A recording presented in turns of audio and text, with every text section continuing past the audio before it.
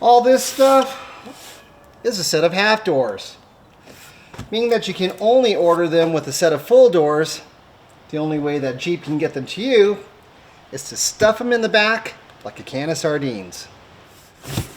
And that's great, but how do you get them out of there?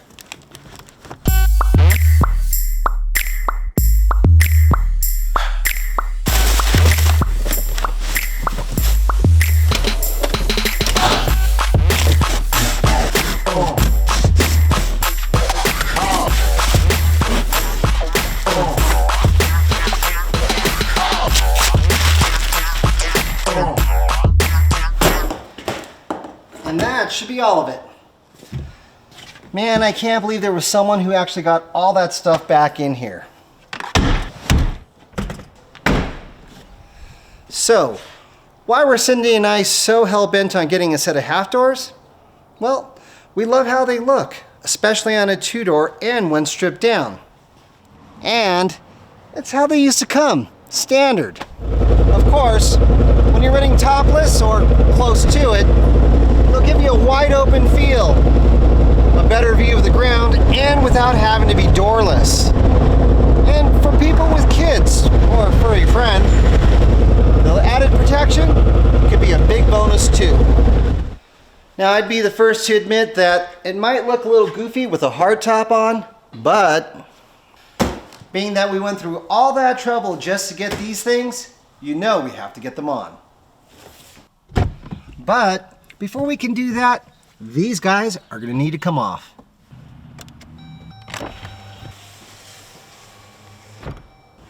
Before doing anything, it's always a good idea to roll down your windows, as that'll make it easier to carry your doors and that'll help prevent any damage to them. Unlike previous Wranglers, Jeep now includes a handy little toolkit inside of the glove box. And this thing helps with things like taking off your hardtop or folding down your windshield, and in our case today, removing our doors. All right, the first thing we're going to need to do is take off the door hinge nuts. And to do that, we're going to use the Torx 50 bit and ratchet that comes with our toolkit. Make sure that it's lefty-loosey, and then we're going to go ahead and just remove these guys.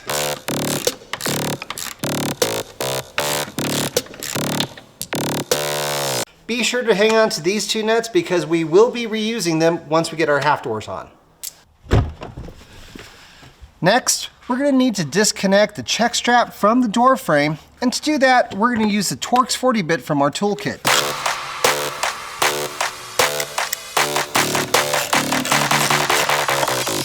Now we can remove this plastic access panel, and to do that, you just need to grab it and pull it straight back along the frame rails.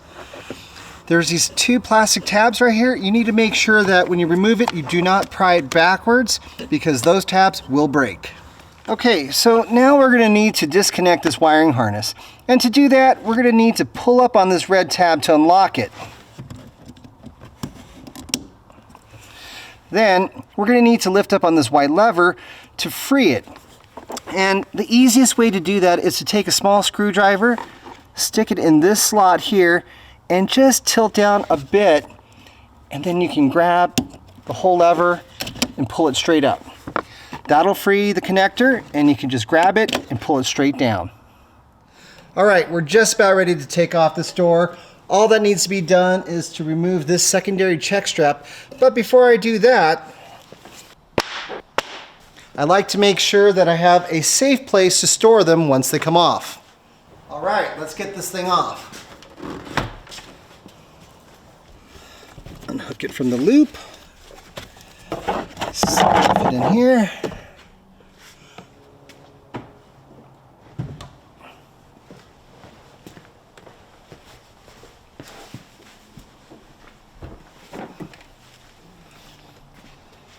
All right, now for the fun part. Let's see. This says it's a right front. That means this one is the left one.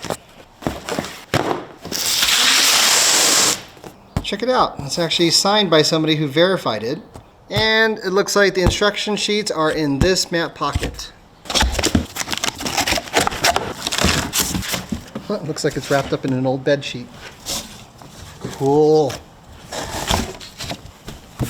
That's awesome. Hey, there they are.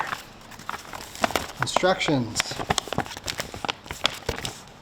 Here we go. Wow. You know, because it's half a door and missing a window and a motor to open and close it, this thing is super light.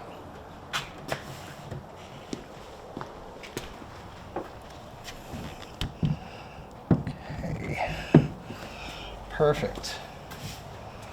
So the installation of this half door is going to be a lot like reinstalling a set of full doors. And because I've seen one too many doors fly open from a sudden gust of wind and cause damage to the body and or the door, the first thing I like to do is make sure this check strap gets hooked on. Let's get rid of some of this stuff.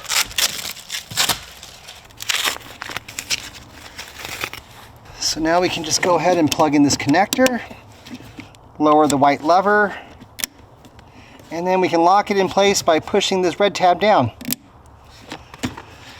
Then we can take this cover and slide it in place. All right, that looks good. All right, as you can see, the half doors don't actually come with the metal check straps that the full doors have. So I'm going to take the bolt that was removed for it, and I'm just going to go ahead and reinstall it for safekeeping.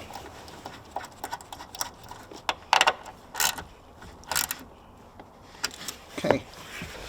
All right, now we can go ahead and secure the door hinges in place using the nuts that we removed earlier.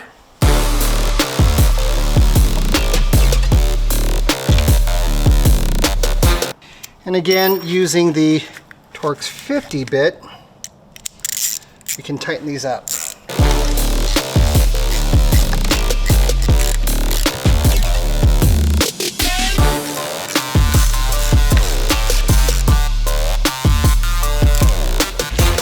So I should note that Jeep does give a torque spec for these nuts, but it's only about 6 foot-pounds. So I'm just going to rely on being hand tight as being good enough. As you've probably noticed, I haven't actually closed the door yet, and the reason why is that you want to make sure that the door latch and the door striker are aligned. You need to make sure that it's not sitting too high or too low. This almost looks like it's on.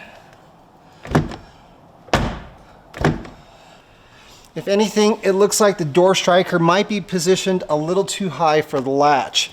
And any adjustments that you make should not be made at the striker or at the hinge leaves on the door frame.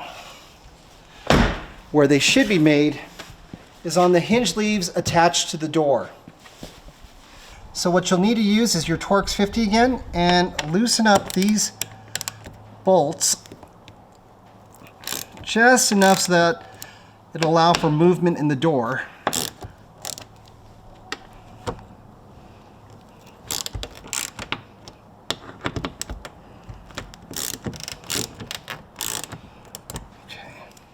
And if your door was off enough that you couldn't shut it, you would close the door now and then re-tighten up these bolts.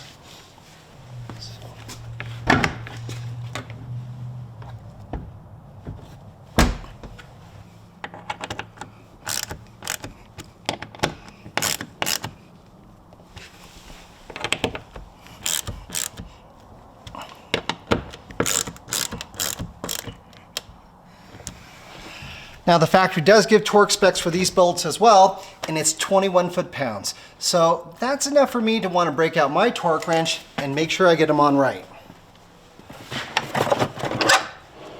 Let's see.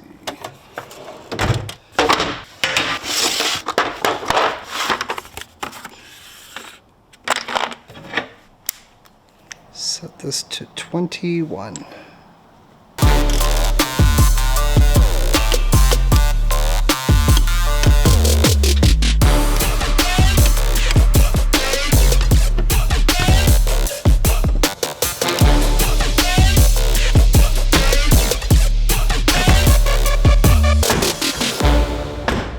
Perfect. That looks good. That looks really good. Now it's time to get the soft uppers on.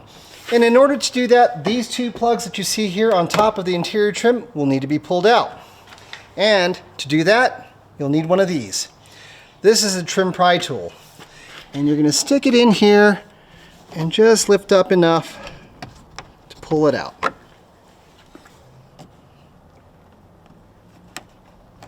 There we go.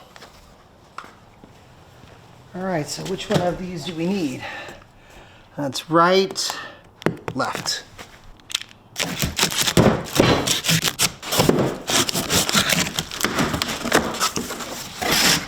All right, look at that.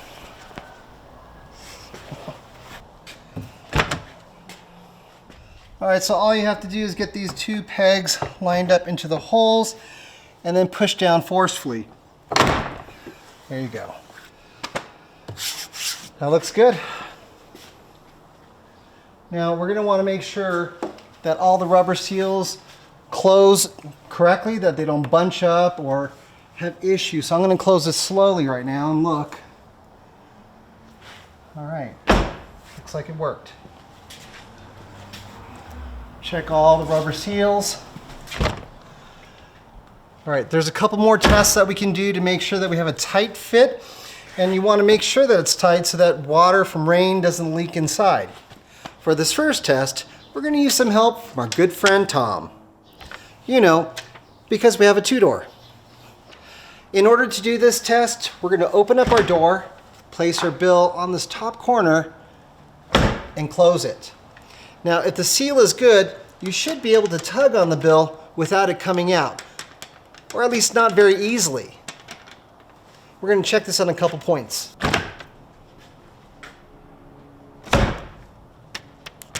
So that looks like a pretty good fit. For the second test, we're going to need to open up our window. And then we're going to take a flashlight. I'm going to use my iPhone here. And then you're going to shine the light along the edge of the door. So if you see any light leaking through, some adjustments will need to be made. But being that Tom wasn't coming out, I had a feeling we were going to be okay. Now, if adjustments need to be made, you're going to need to take off the soft upper. And to do that, you're just going to take your palm and give it a strike like that.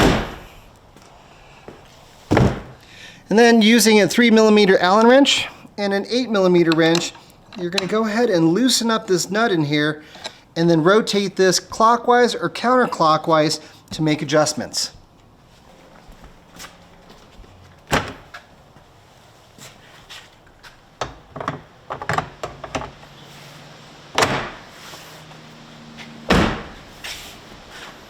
Now for the other side.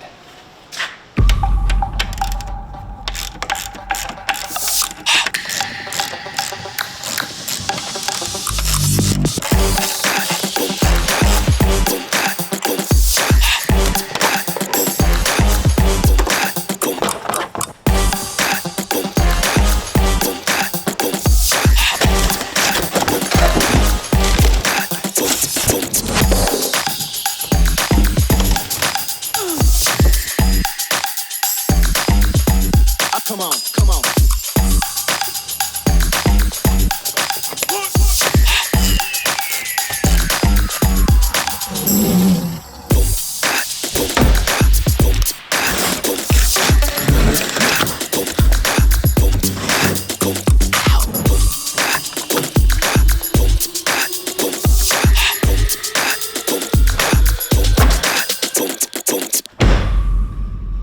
Now that looks great. Be better with a soft top or no top on, but we can fix that.